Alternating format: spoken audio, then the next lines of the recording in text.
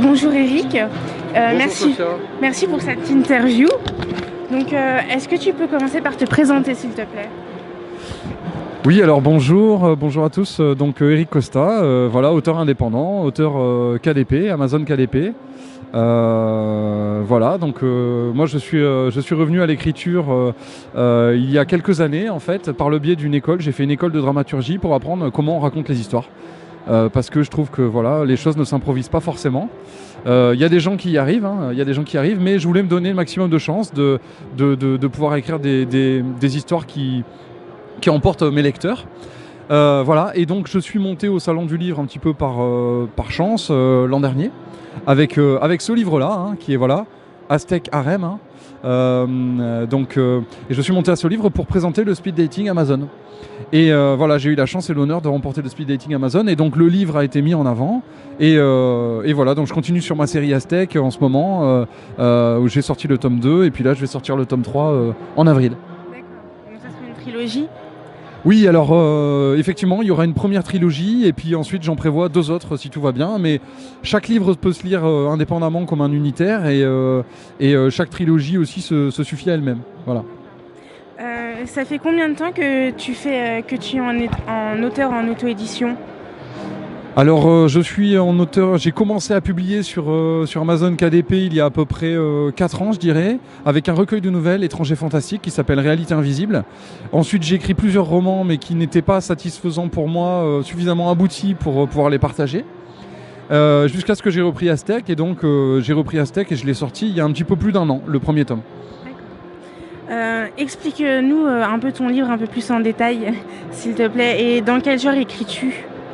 Alors moi j'aime bien écrire dans tous les genres. J'ai pas envie de me cloisonner sur un genre. Je trouve que c'est très enrichissant justement d'avoir une palette assez étendue. Alors Aztèque, c'est une série qui s'inscrit dans les romans historiques d'aventure.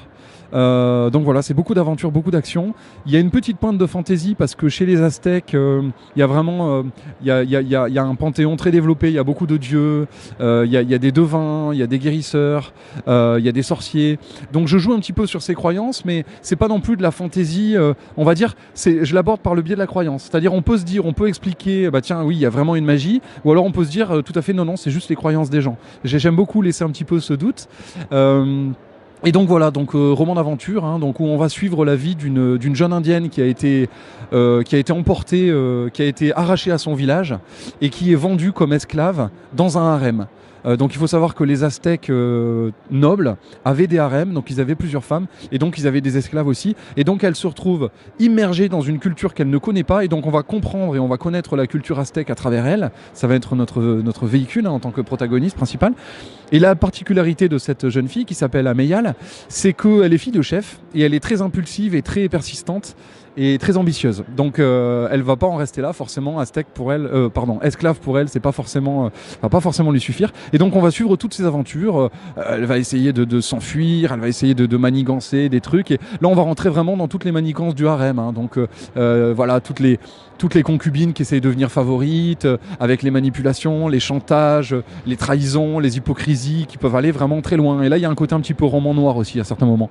D'accord. Alors, donc, ton personnage principal, c'est une fille, donc c'est une héroïne.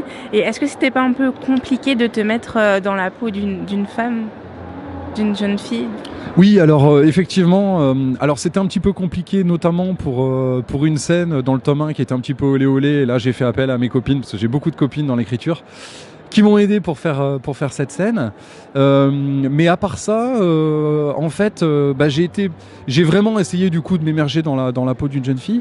Et a priori, ça a pas mal fonctionné parce que j'ai eu des retours notamment sur le tome 2 qui s'intitule La Voix du Papillon, où les gens m'ont dit mais c'est fou parce qu'on a vraiment l'impression que c'est écrit par une fille. Donc j'ai l'impression que ça a plutôt bien marché. Alors moi j'ai fait pas mal d'études de psychologie, je me suis beaucoup intéressé à la psychologie féminine, donc j'imagine peut-être avec voilà, tout ce que j'ai un petit peu appris là-dedans, j'ai réussi à faire quelque chose de crédible. C'est très important pour moi la crédibilité du récit. D'accord. Et donc une dernière petite question. Est-ce que tu t'es inspiré, des auteurs t'ont inspiré ou influencé pour écrire ces romans, cet univers du roman? Oui, tout à fait. Alors, alors moi, à la base, je suis quelqu'un qui est très très friand d'Heroic Fantasy. Hein. J'ai fait beaucoup de jeux de rôle, donc j'adore tout ça. De fantastique aussi également. Donc, effectivement, tout ce qui est Seigneur des Anneaux, Bilbo le Hobbit, mais alors également du Lovecraft.